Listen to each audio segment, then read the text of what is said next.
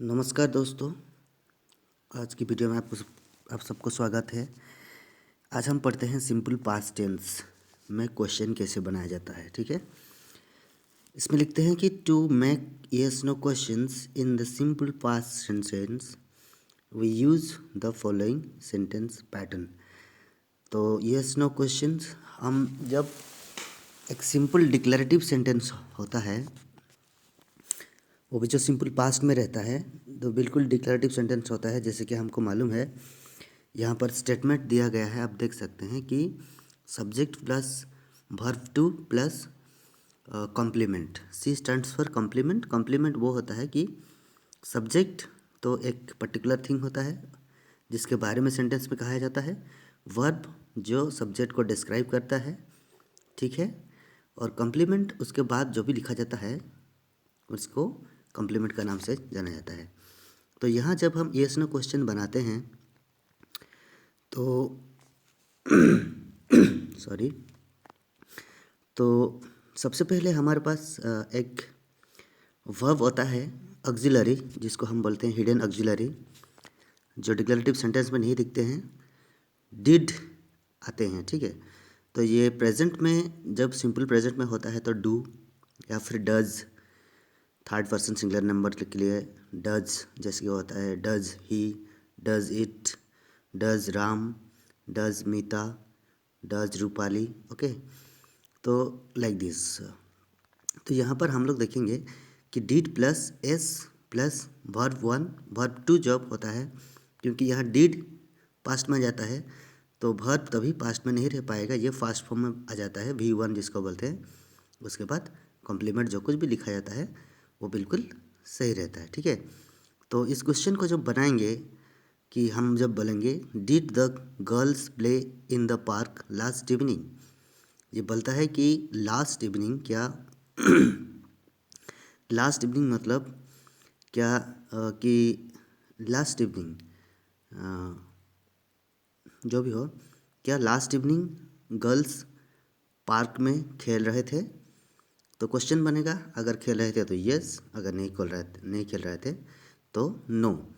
तो yes the girls played, ठीक है, आंसर में प्लेड आ गया in the park last evening. ठीक है, तो लास्ट इवनिंग तक या फिर बीता हुआ कल इवनिंग को वो लोग पार्क में खेल रहे थे। Did Misha win the first prize, yes Misha owned. ठीक है, तो यस का अगर हम छोड़ देते हैं तो मिशा ओन द फर्स्ट प्राइज, ये बन गया हम लोग का मिशा सब्जेक्ट, ओन भी टू, द फर्स्ट प्राइज हो गया कॉम्प्लीमेंट। ठीक है, सिमिलरली क्वेश्चन नंबर 3 में, यहाँ एग्जाम्पल 3 में बताता है कि did the teacher teach you English grammar, क्या टीचर आपको इंग्लिश ग्रामर पढ़ाते हैं।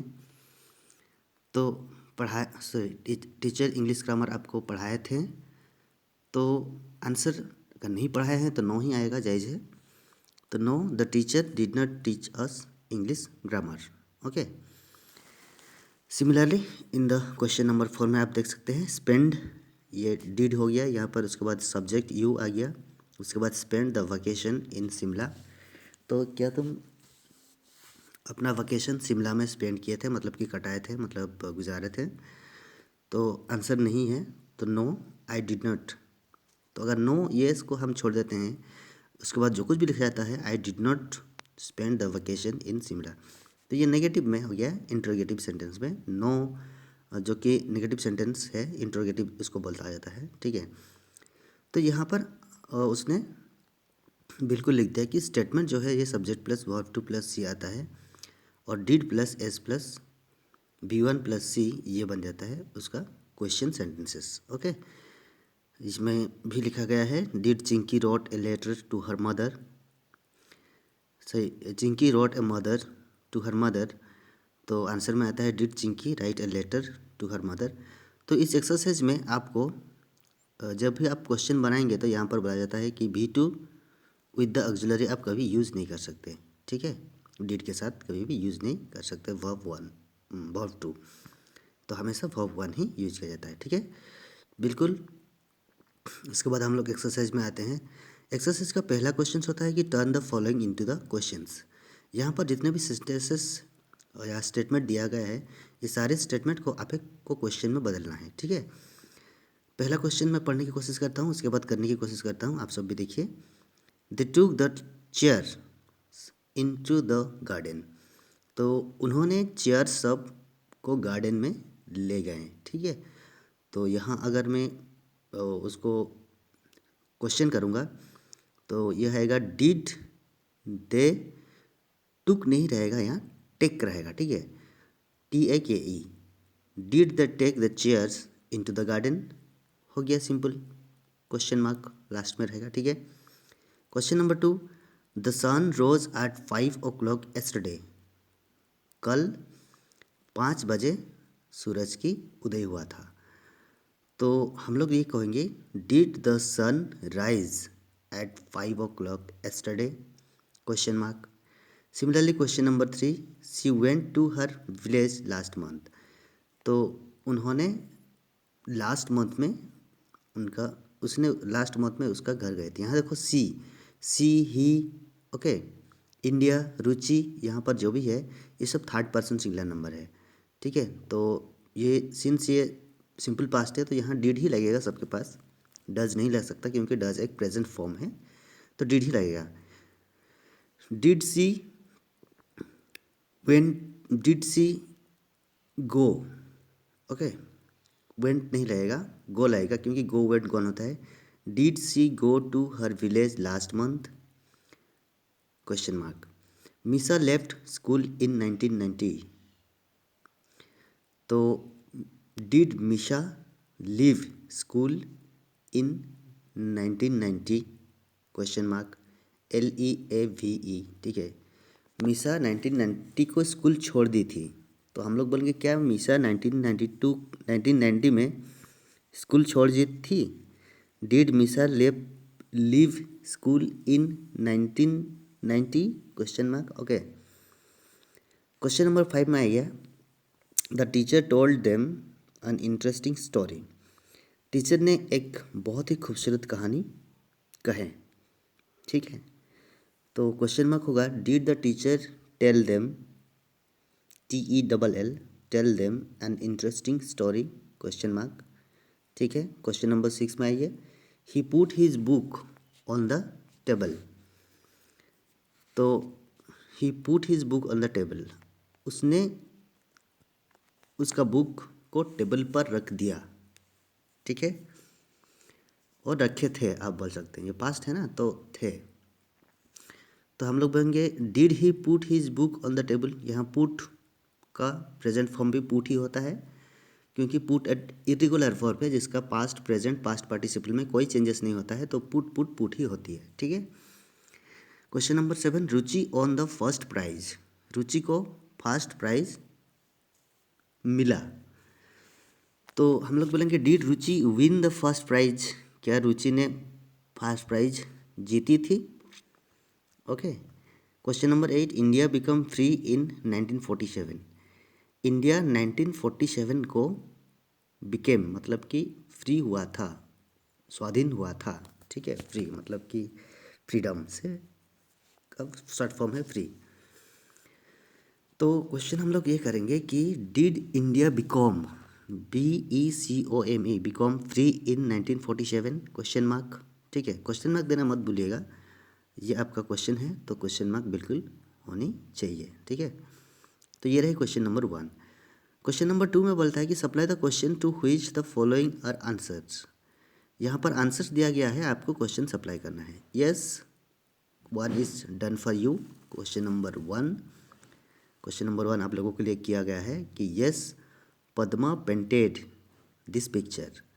तो हम लोग बोलेंगे डिड पद्मा पेंट, यस को हटाओ, डिड लगाओ, पद्मा रहेगा, पेंटेड ये V2 है तो V1 वर्ब का सेकेंड फॉर्म पेंटेड है, फर्स्ट फॉर्म में तो पेंट ही होगा, दिस पिक्चर, उसके बाद क्वेश्चन मार्क। क्वेश्चन नंबर 2 भी इसी तरह हम लोग फॉलो करेंगे। Yes I wrote an application to the principal. तो यस को हटा दो, did I write an application to the principal, क्या मैंने प्रिंसिपल को लेटर लिखा था, ठीक है। Question number 3, yes she sang a film song in the show. हाँ, उन्होंने फिल्म सॉन्ग एक शो में गाया था। ठीक है, उसने गाया था। तो did she sing a film song in the show, क्योंकि ये सॉन्ग जो है यहाँ पर ऑब्जेक्ट है, ठीक है, कॉम्प्लीमेंट में है। तो ये सॉन्ग जो है SONG सॉन्ग, ये आपको सेंटेंस नहीं बता रहा है कौन सा सेंटेंस में, कौन सा फॉर्म में है। SANG सैंग ये बता रहा है कि ये सेंटेंस पास्ट में है, ठीक है। तो did she sing a film song in the show.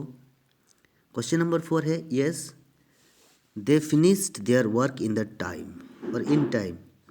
हाँ, उन्होंने अपना काम टाइम पर ख़त्म कर दिए थे। तो हम लोग बोलेंगे did they finish, okay, not ED को हटा दो। Did they finish their work in time, question mark, क्योंकि फिनिश का होता है फिनिश्ड, फिनिश्ड, ओके।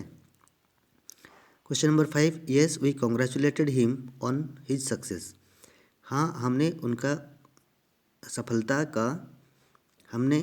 सफलता का बहुत ही बधाई दी है, ठीक है। कॉन्ग्रेचुलेटेड मतलब बधाई देना। तो यहाँ पर हो जाएगा कि यस, तो क्वेश्चन हो जाएगा did we congratulate, not ED, D को हटा दो, ई रहेगा, ठीक है। Did we congratulate him on his success, क्या हमने उनका सफलता पर बधाई दिए थे, डिड लगा के क्वेश्चन मार्क लास्ट में लगा देना, ठीक है। Question number 6, yes they visited their grandmother on Sunday. हाँ, उन्होंने अपना ग्रैंड मदर को संडे को मिले थे।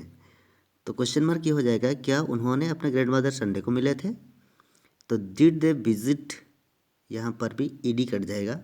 Did they visit their grandmother on Sunday.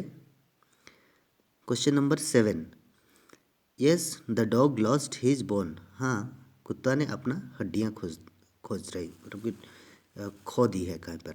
Lost मतलब खो देना, ठीक है, कहीं पर हजा देना। तो क्वेश्चन होगा डिड द डॉग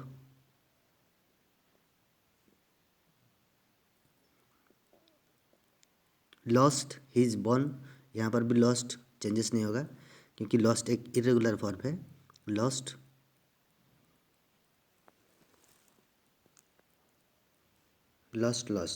ओके। तो इसलिए क्वेश्चन नंबर बी में आओ। ये नो लगा के क्या है, नो आई डिड नॉट सी, ये इंट्रीगेटिव सेंटेंस में है, ठीक है। हिम इन द स्कूल, तो इसको भी बिल्कुल बदल देंगे हम, नो को हटा दो, डिड को लगा दो। डिड यू सी हिम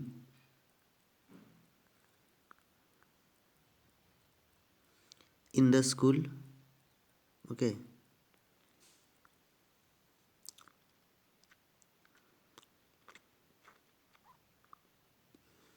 यहाँ पर एक डाउट आता है, ठीक है, हम बाद में रेक्टिफाई कर लेंगे। क्वेश्चन नंबर 1 कंप्लीट है। तो क्वेश्चन नंबर 2 में चलते हैं कि no she did not like my ideas. नहीं, उन्हें उसको मेरा आइडिया अच्छा नहीं लगा। तो हम बोलेंगे कि डिड सी